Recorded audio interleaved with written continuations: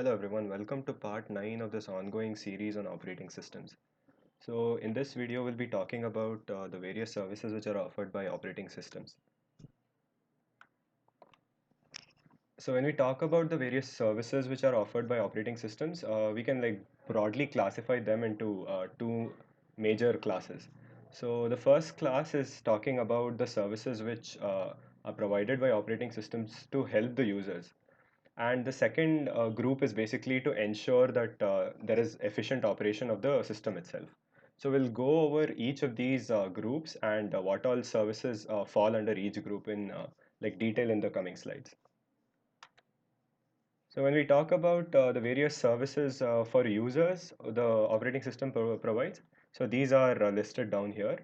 And so when we talk about like services for users, the very first thing which comes into our mind is this UI. So UI is nothing but like an interface to make it possible for users to interact with the operating system. Apart from user interface, we also have the program execution, wherein operating system is the one where which takes in the program to and then executes them. Apart from that, we also have IO operations, file system manipulation, and like communication, handling communication between processes, also error detection and correction. So we'll go over each of these points in detail in the next slides. When we talk about user interface, it is again operating system which provides the user interface. There are multiple like types of user interfaces which are available. Broadly saying, there are these like two types, CLI and GUI, but we'll also have like user interfaces which are batch file based. Talking about CLI, which is command line interface. So in this user interface, the user is expected to enter in or like key in the commands using some like using the keyboard and then execute the commands basically. So user would be like expected to enter in all the commands and then send it to the operating system to handle those commands. So here interaction is basically with text or commands. And the next type of UI is basically this batch file based. So when we say batch file based user interface, it is kind of similar to CLI, but the only difference is that instead of directly executing commands, we execute the batch file. So batch files are those files which have this .bat extension. So a batch file is nothing but a file in which we have like a series of commands, and when executed, all the commands are like executed sequentially.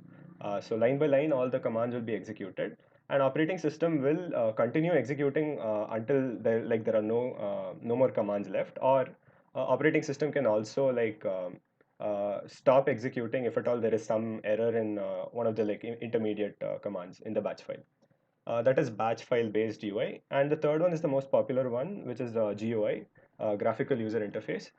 This is like more user friendly because it allows users to interact with the operating system with the help of pointing devices like these mouses. And we also have like menus and all. So using GUI also, it is possible to interact with the operating system. So these are some of the like major types of UI which are provided. Apart from this, there are cases where operating systems provide a hybrid UI. By hybrid, we mean that it is a hybrid of both the GUI as well as CLI.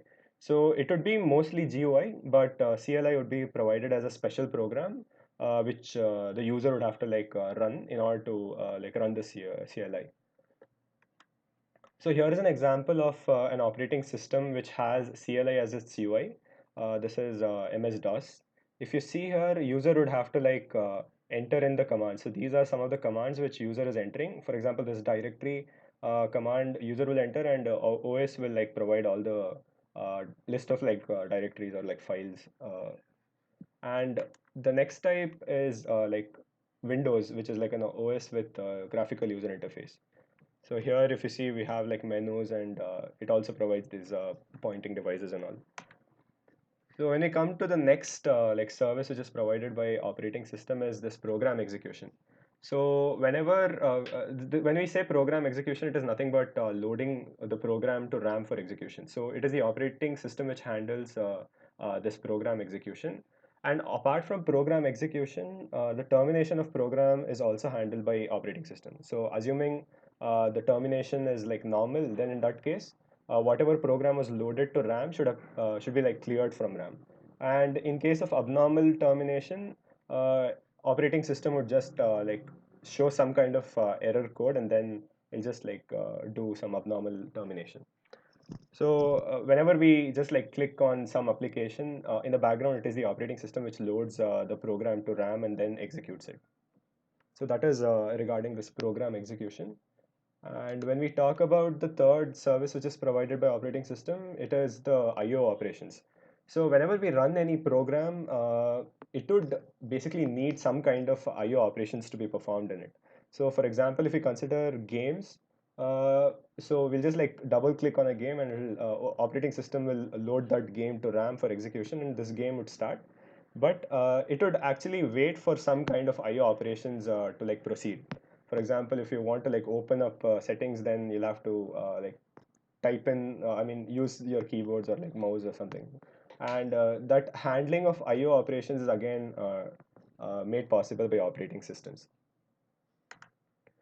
The fourth one is the file system manipulation. So it is the operating system which helps in providing the various file operations. Like for example, whenever you open the file, it is the operating system which is working in the background to open it.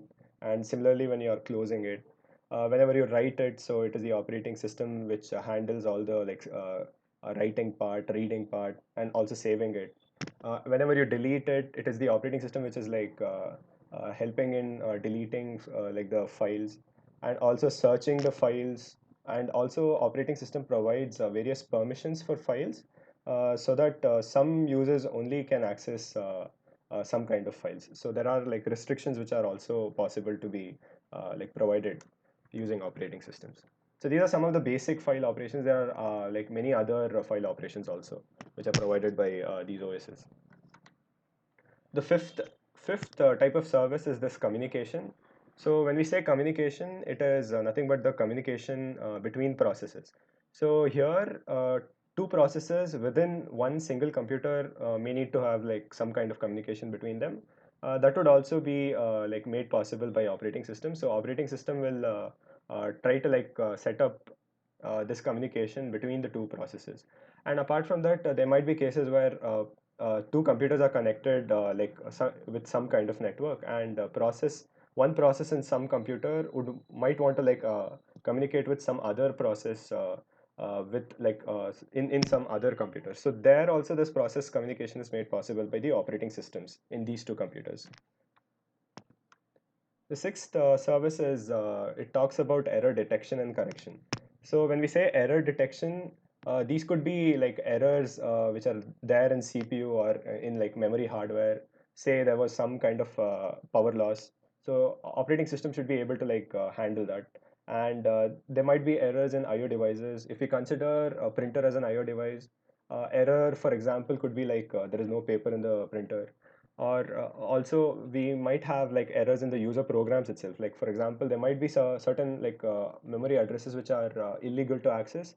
So if at all a user is like accessing those illegal memory addresses, OS will detect that error and try to give the error code to the user saying that the user program is trying to access illegal memory address or something like that.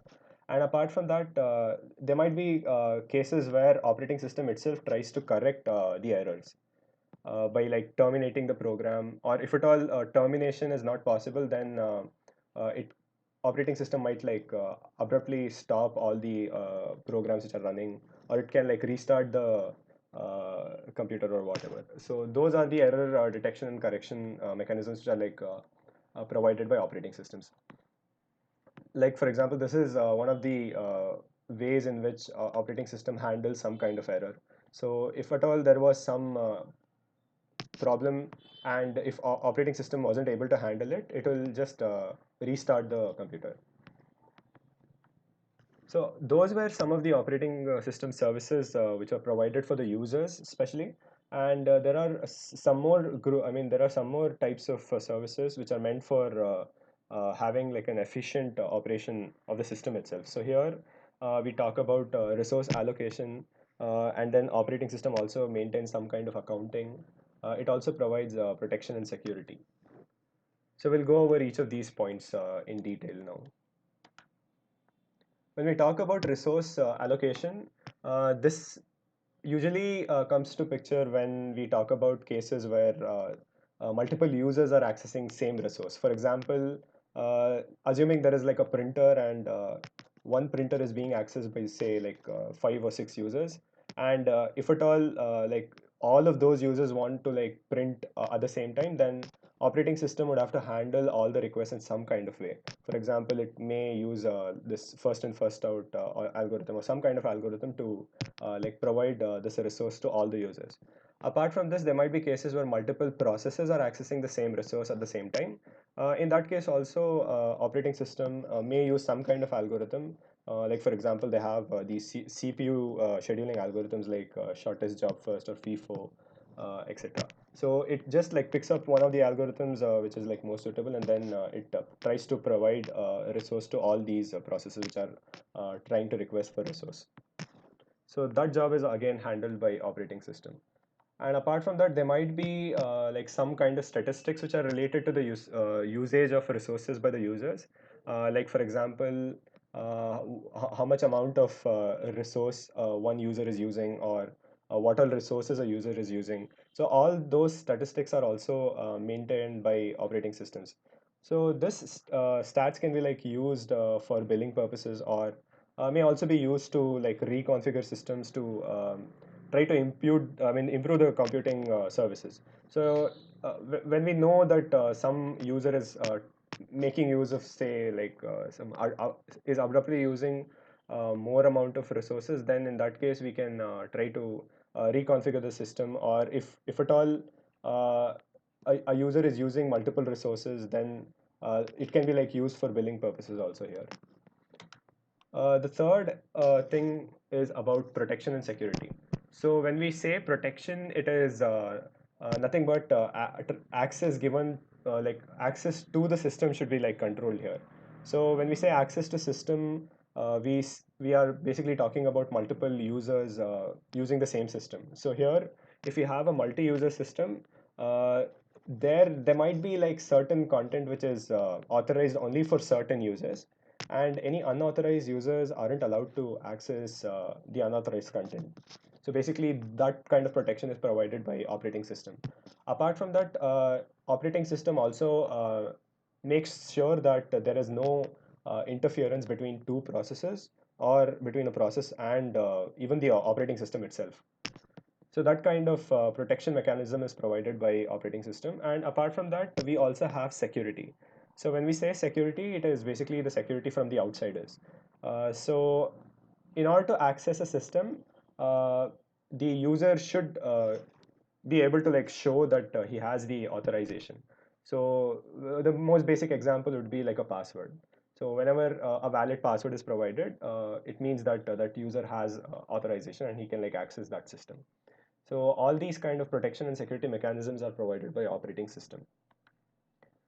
So that's it in this video. Thank you for watching.